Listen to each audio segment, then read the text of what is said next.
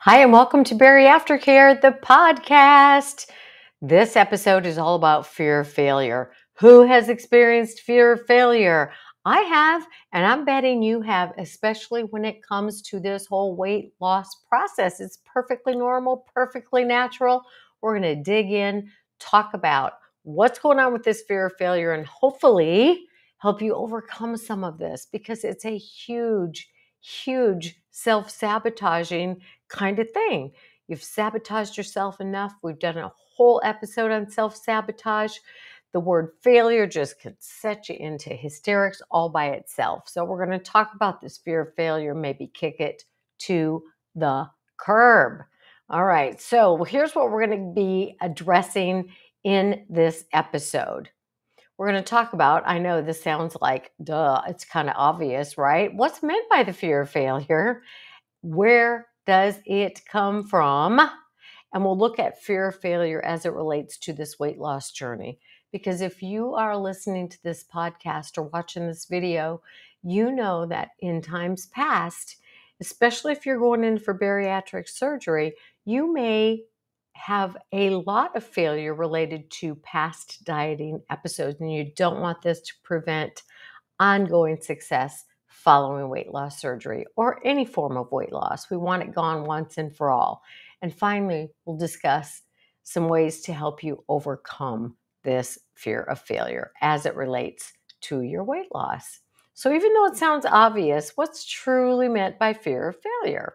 Well, the reality is most of us, in fact, I think research says about 80% of people experience fear of failure. So first of all, let's normalize this. We are in the norm. It is absolutely typical for people when they start a new adventure to fear that what if, right? What if I don't make it?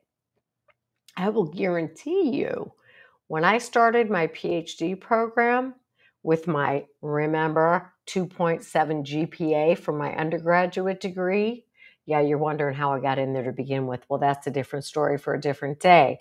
But I will guarantee you that I had a lot of fear of failure when it came to starting this program that in my mind was for smart people, and of which one of I was not.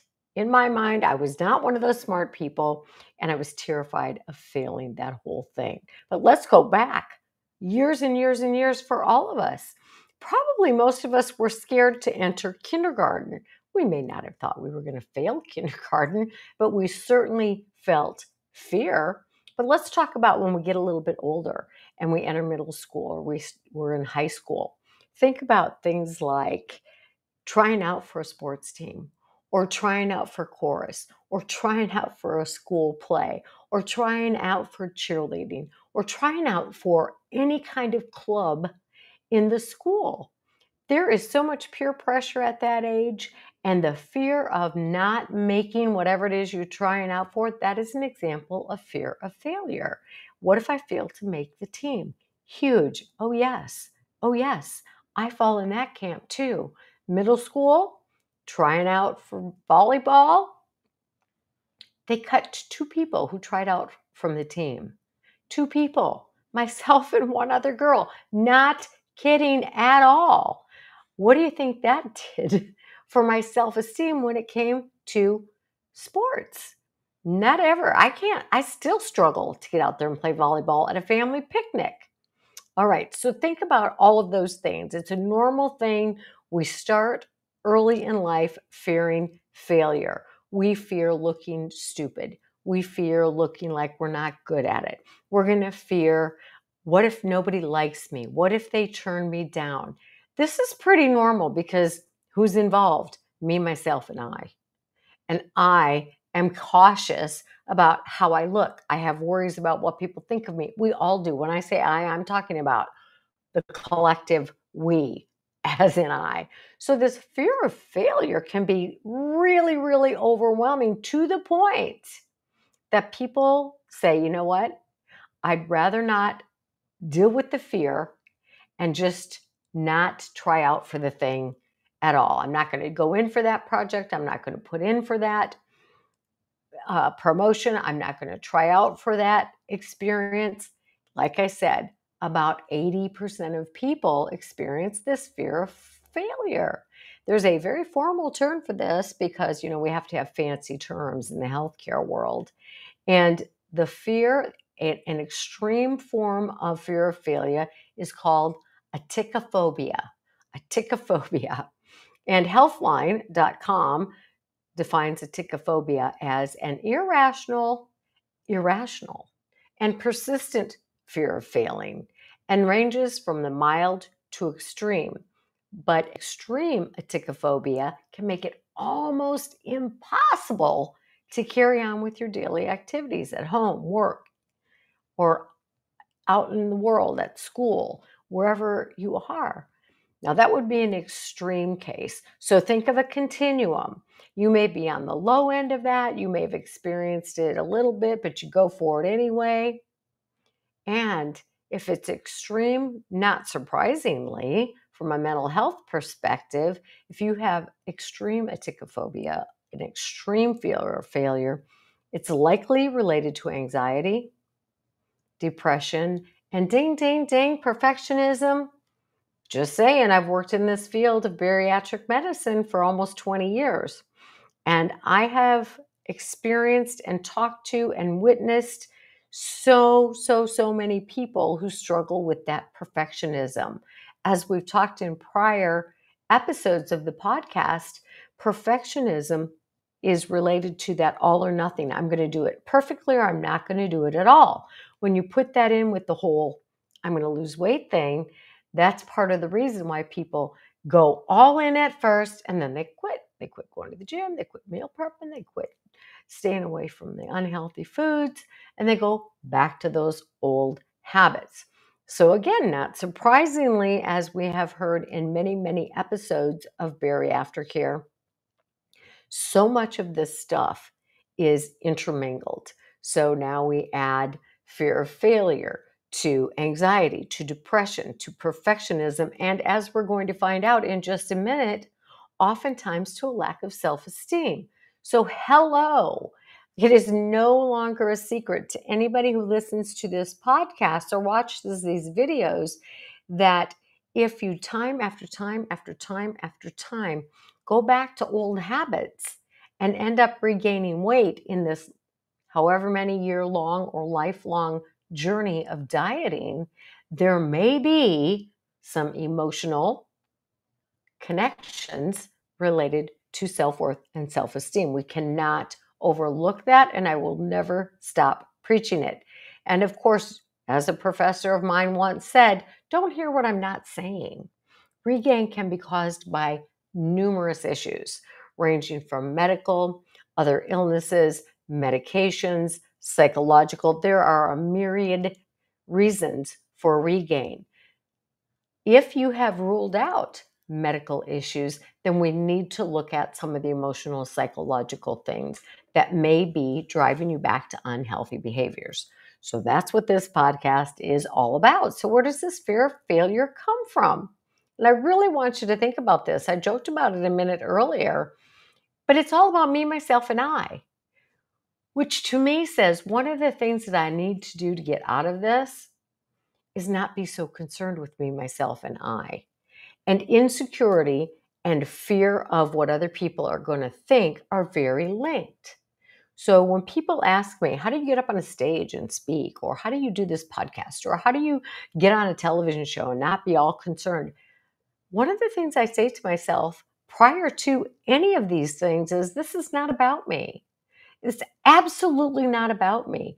This is about helping other people. So I realize that when you do a one-on-one, like as in my own individual behavior, that there is more at stake. If I apply to a PhD program and I'm not put into the PhD program, I'm going to take that very personally. But I can unpersonalize it when I say that only 2% of people who get into the programs, of all the people that apply, only 2% get in. My good friend went through a layoff, and it wasn't a one-person layoff. It was a half a department layoff, and it's extremely personal to her, right? Very difficult not to take a layoff personally. But if you can look at the bigger picture and say, this was not about you, this was about a financial decision on the part of your organization to cut costs, it still feels personal, especially if we go there in our mind and go down that rabbit hole. So we have to look at the bigger picture, and we'll get to that when we talk about how you let go of some of this fear of failure. But also, we got to look at, are we taking ourselves too seriously? Now, when you're talking about your weight, when you're talking about your health, yeah, we need to take that seriously. But we also, listen to this, we also need to lighten up. So if you're in this process of living your healthy life and you go off the rails for a meal or a day, we don't have to say, I give it all up. That's what I mean by not taking it too seriously. Yes, take your health seriously. Yes, take your new way of life seriously because you want that health. You want those ongoing years.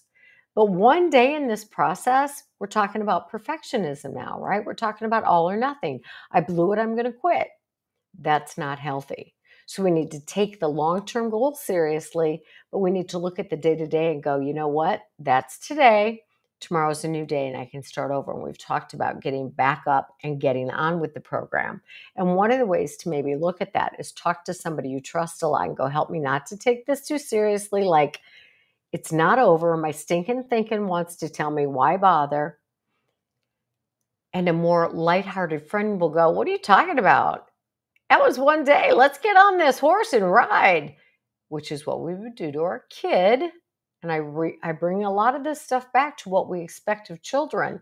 They have a bad game or they have a bad performance. They sing a song out of tune a little bit. We're like, that was one performance. Let's get back to that batter's box. Let's get back on that stage. Let's get back behind that microphone and prove to yourself that one misstep does not ruin the whole dance, so to speak. So we're afraid. What are we afraid of? I'm afraid I'm going to look stupid, unprepared, like a loser. Again, if we take that one moment in time, that one digression from our healthy diet, it's like I look like a normal human being who isn't going to do this perfectly. So back on I go. If my thought process is, I have one bad day and now I think of myself as incompetent, that's a whole different story. And what is that? That's a head thing, right? That is an absolute faulty thinking experience. So as part of this fear of failure is, I don't want to look stupid. I don't want to look like a failure. I don't want to look like I'm unprepared. Well, then get over the event and get back on the path, right? If you're walking down a path and you trip over a stick, unless you break an ankle or something, you might want to get up and keep walking forward. You don't have to say, I'm not doing this anymore. It becomes a choice at that point. Another thing, another fear, I'm afraid that other people are going to judge me, criticize me, whatever. So again, coming from a history of weight issues, you've experienced this before. You've experienced judgment. You've experienced criticism. And it is no wonder that is a fear. It's not unusual at all. One of the ways to overcome that, again, is to not let an event turn into a disaster or falling off the wagon. And seriously, if you think about it, it all begins with one event. So if you're doing well on your program of healthy eating, if you're logging, if you're going to the gym, if you're doing a pretty good job, more days of the week than not, right? Not aiming for perfection here. We're looking for consistency. And let's say you miss a day.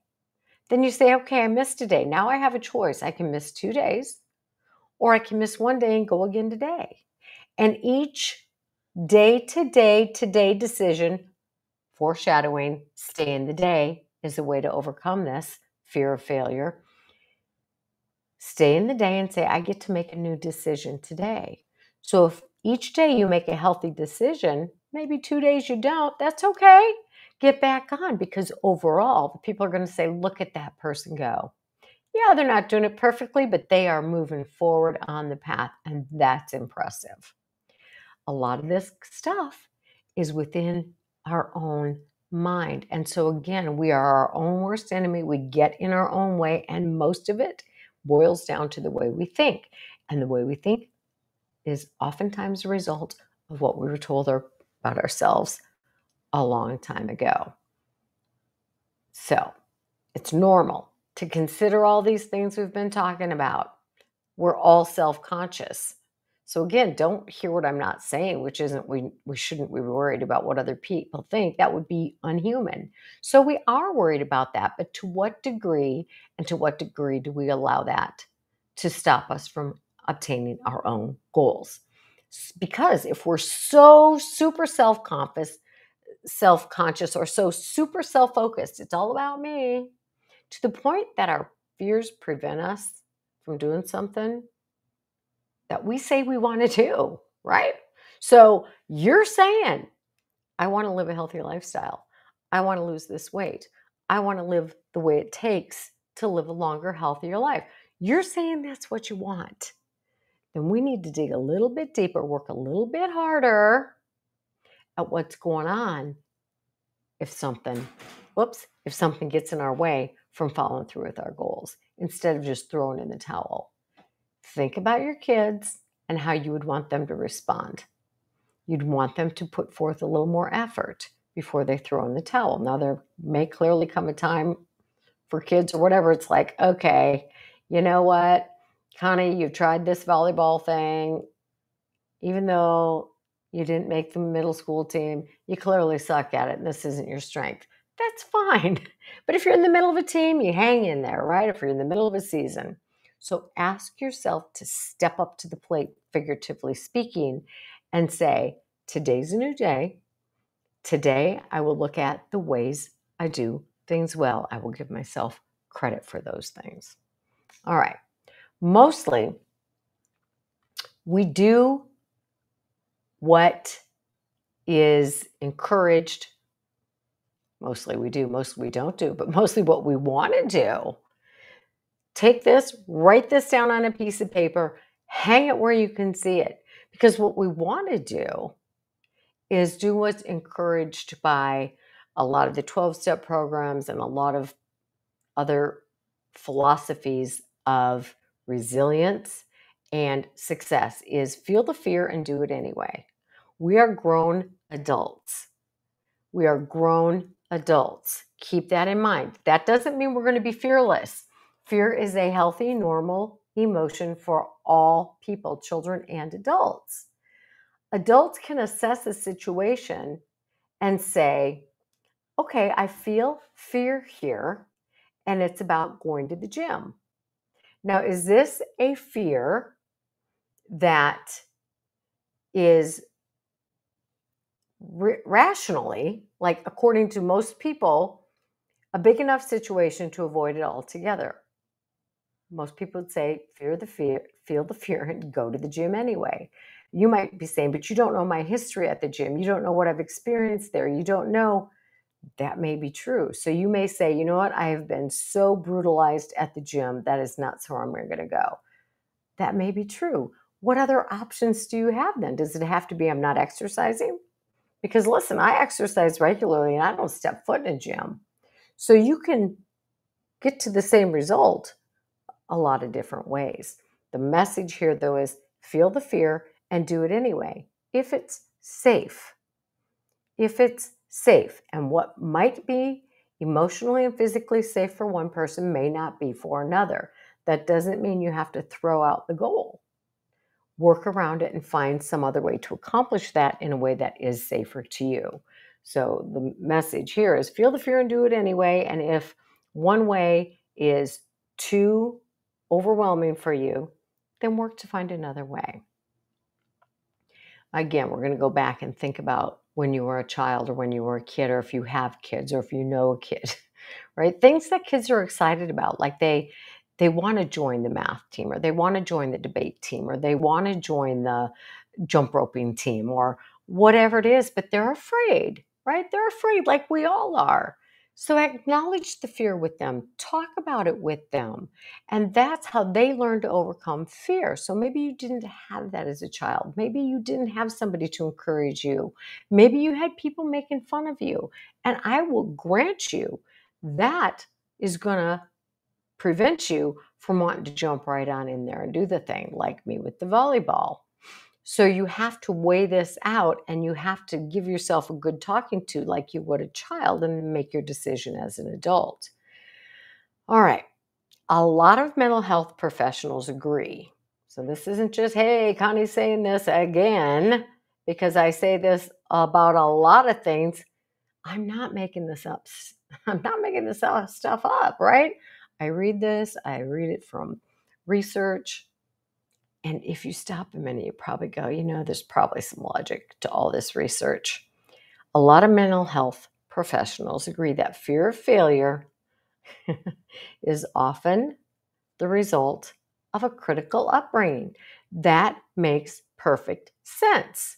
So if you were told in many ways, shapes, and forms, it could have been verbal, it could have been nonverbal, it could have been looks, stares, jeers, that you're not good enough. You get the message, you're not good enough.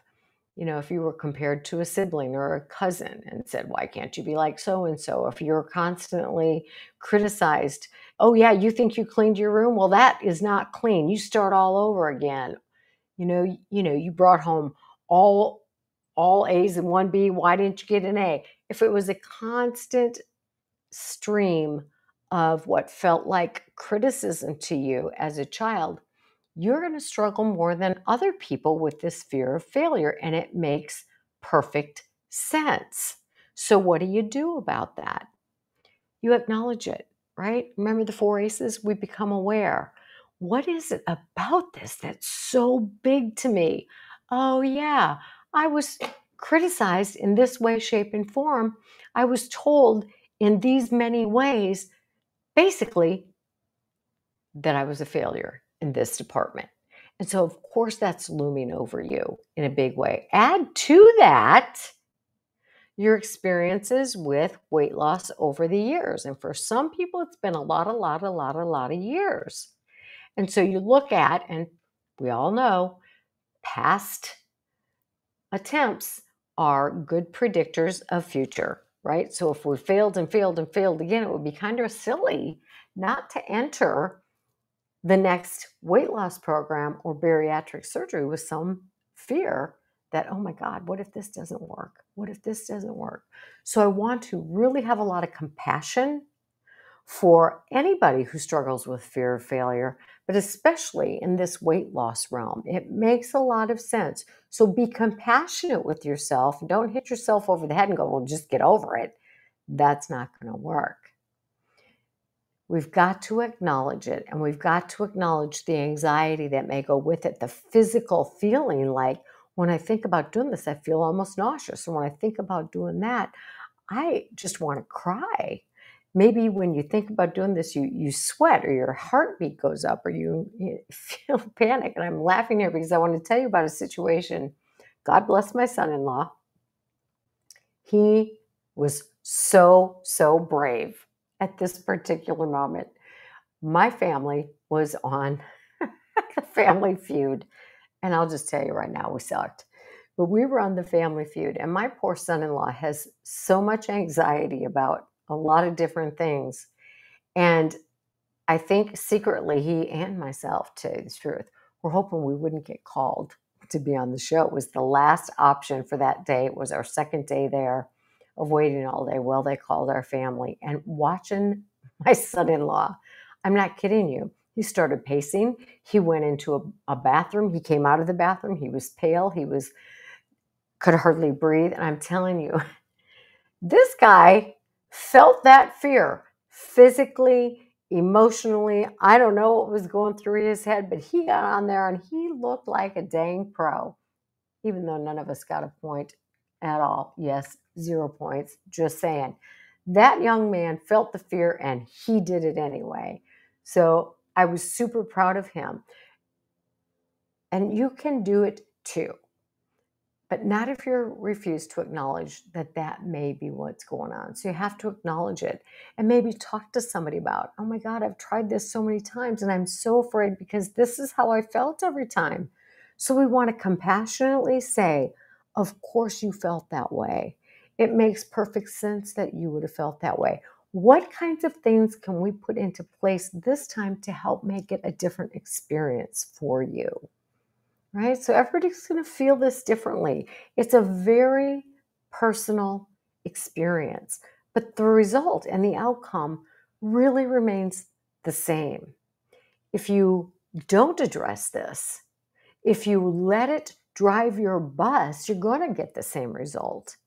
But if you say, this is a huge thing that has blocked me in the past and I don't want it to block me in the future, then you can put structures in place and people to help you overcome it, because you don't want to miss out on this big, huge potential opportunity of really fighting through that fear and really feeling the benefits and the gains that can come from living this healthy lifestyle at a healthier body, so that you can enjoy things so much more that you've wanted to do before with people you've wanted to do them, and live a longer, healthier life on fewer medicines, right? So this mental block, which is fear of failure, is one of the big reasons a lot of people revert back to the old habits. The old habits are another way of saying our safety zone. The only place to reach magical goals is by getting out of that safety zone, by overcoming these fears, by talking about them, letting them be real, and saying, by God, you're not going to beat me this time. You are not going to beat me. So what's going on when that fear is so great that it prevents you from trying something you really want to do, right? Again, just a summary. Sometimes it's a lack of self-confidence, and it may just be in a particular area. But in this case, it may be about weight, and that's a big deal, because we're talking about your health and we're talking about your life, right? And you have a real history. So it's a lot easier to stop trying when things are difficult rather than to keep going. So we're going to talk about how we do that. And so many people, so many professionals in the area of weight loss and life coaching and development of a healthy mindset are going to tell you with no doubt, there is no doubt, that there's a psychological component to weight loss.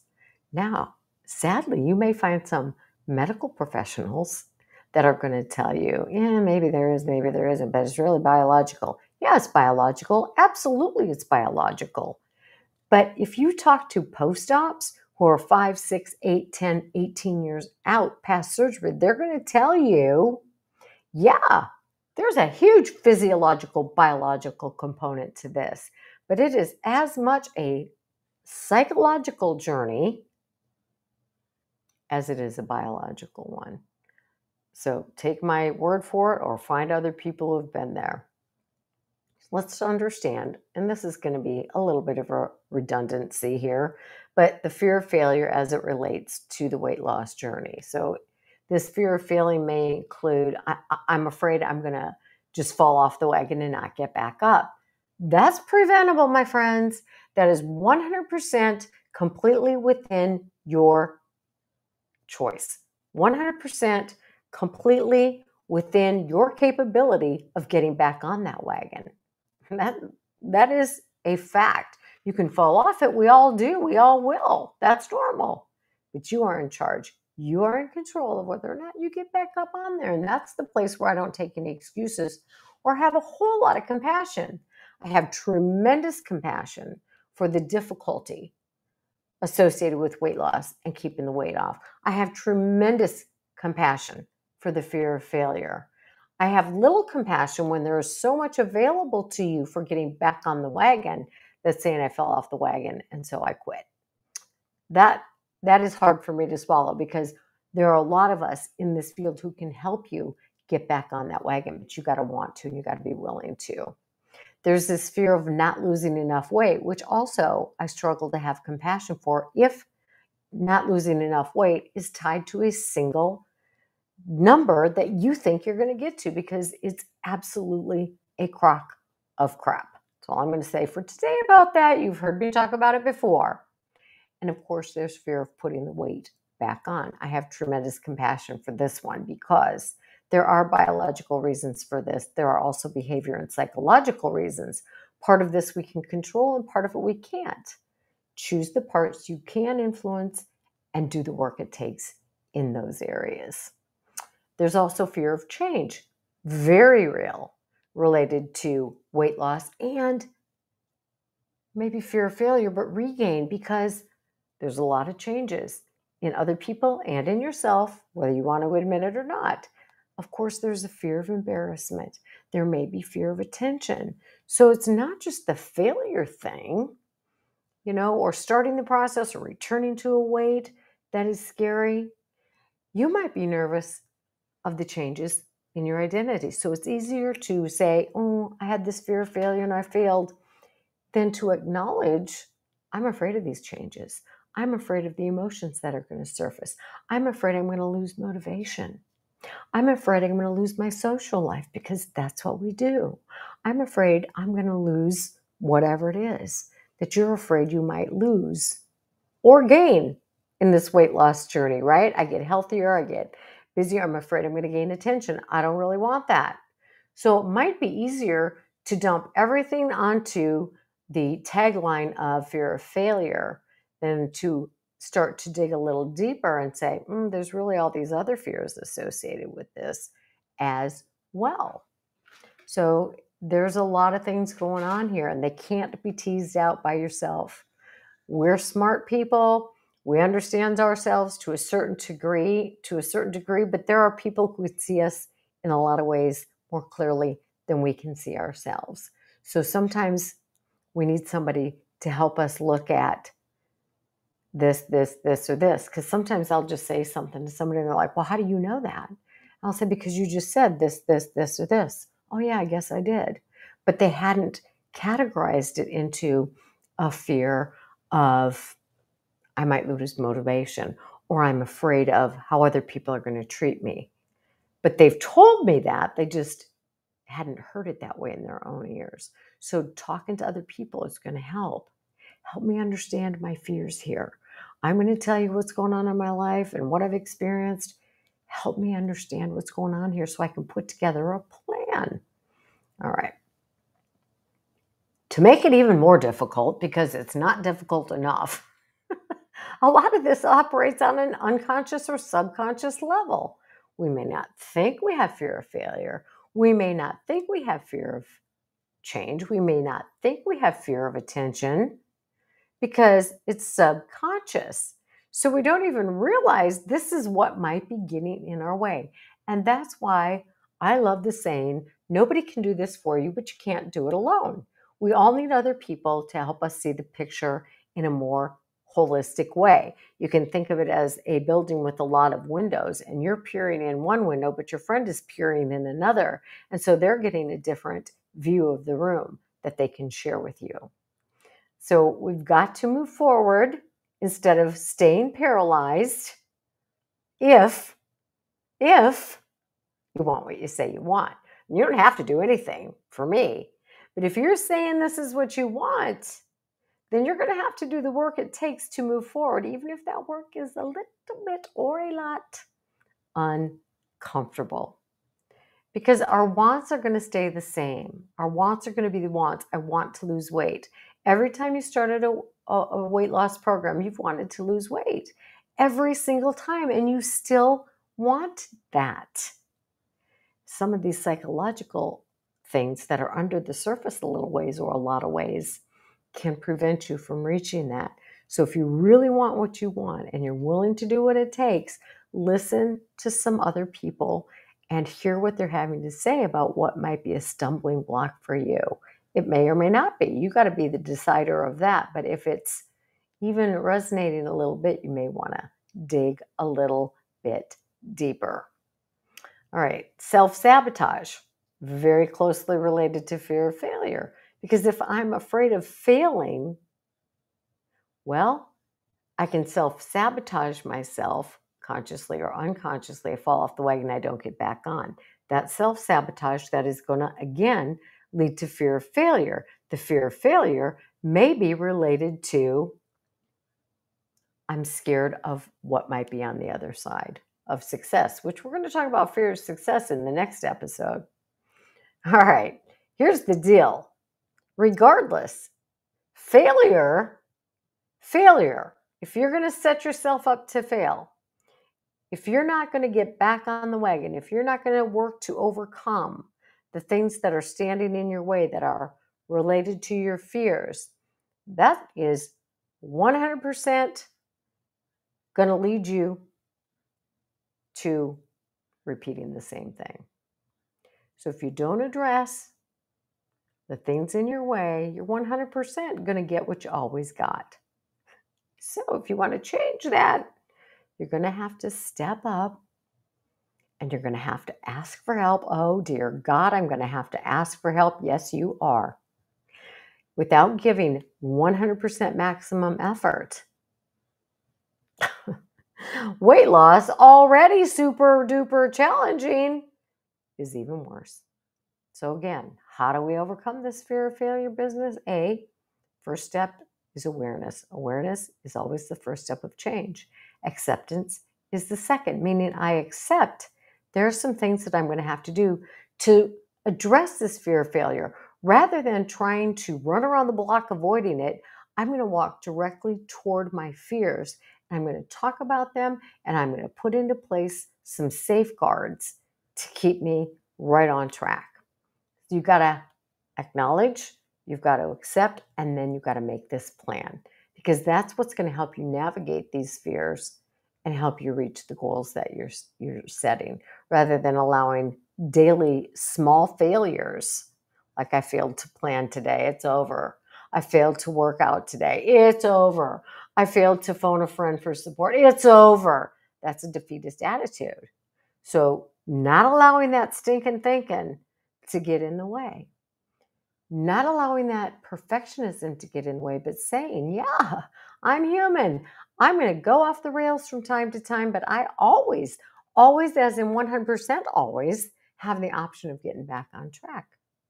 Or saying, why bother? That is 100% within your control. So, as we heard from Dr. Susan Mitchell, if you listened to an earlier episode, don't diet after weight loss. Diets are not a thing for weight loss surgery or weight loss on a sustaining basis because it has to be those words that you may or may not like. It has to be about a way of life. We have to sustain a healthy way of living in order to maintain a healthy weight. So either accept that or don't, but your actions have to move in that direction. Or find a phrase that works for you if you don't like that. If you're like, I'm so sick of those words, then come up with something that works for you.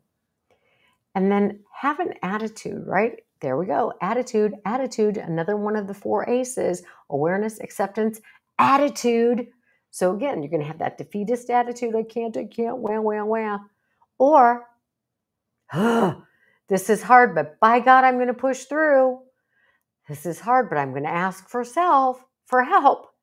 It's how can I do it, not can I do it. What a huge difference in attitude. Can I do this? I don't know. Can I really do this?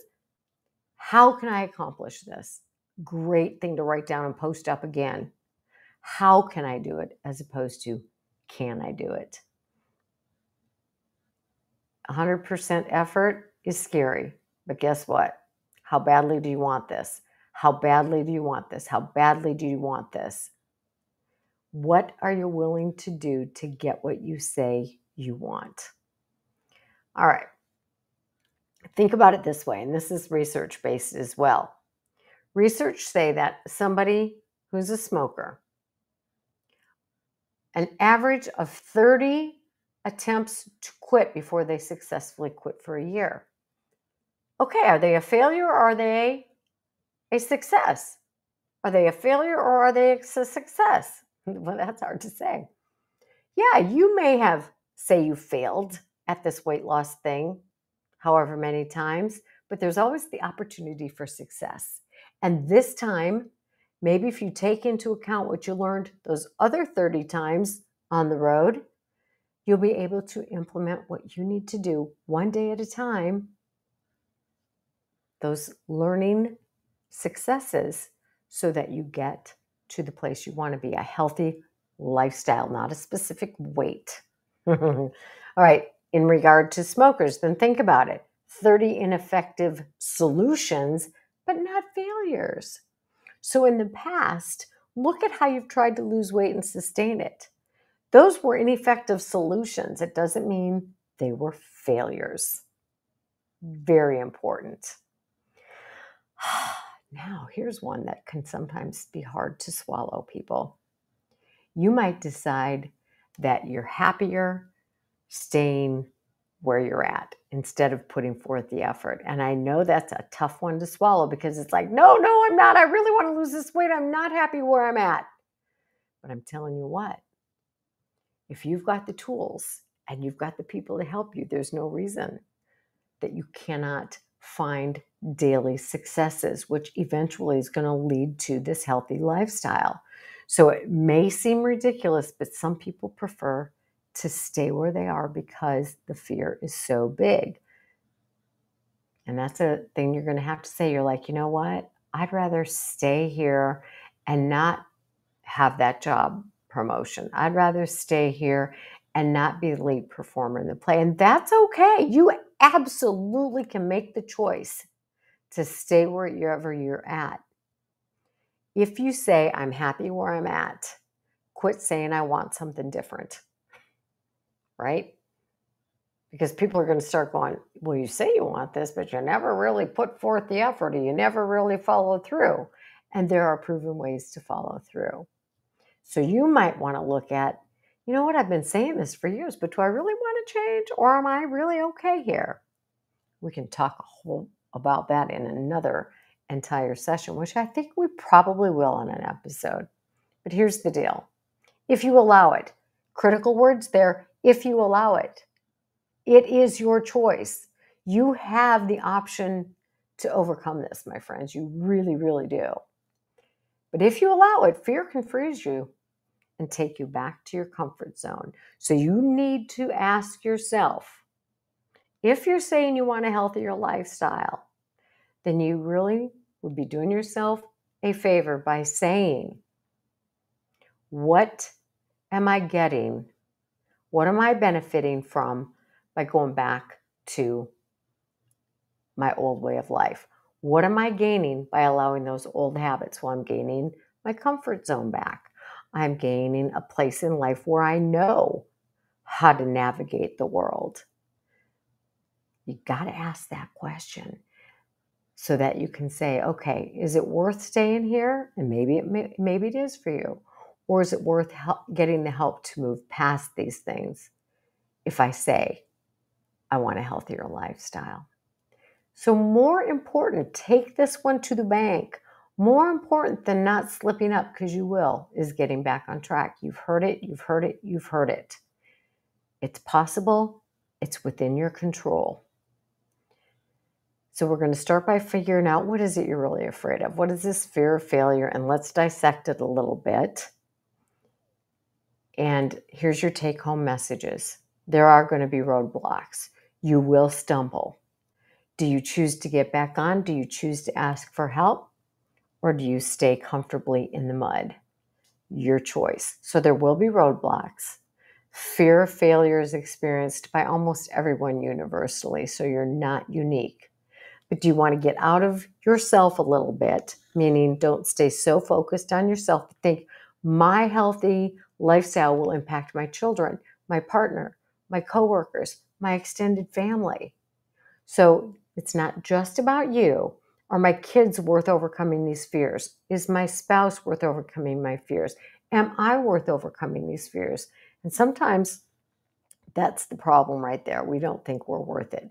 Do I have self-esteem issues to work on? Common thread in going back to old habits. Common thread with fear of failure and with fear of success, which is where we're going next time. So next episode, I sometimes shoot in little additional episodes if I have a conversation with somebody I think you might enjoy, but we will be getting to fear of success in the next episode that I do by myself. So here's some invitations for you. Obviously, you want to get your family and friends to listen to this so that they can be the people who give you a new lens from which to look at your behavior and give you pointers and tips. You may want to sign up for bariatric coaching with Tabitha Johnson. You may want to sign up for some exercise programs with Rob D'Amedio. You may want to sign up for some cooking with Chef Healthy Henry.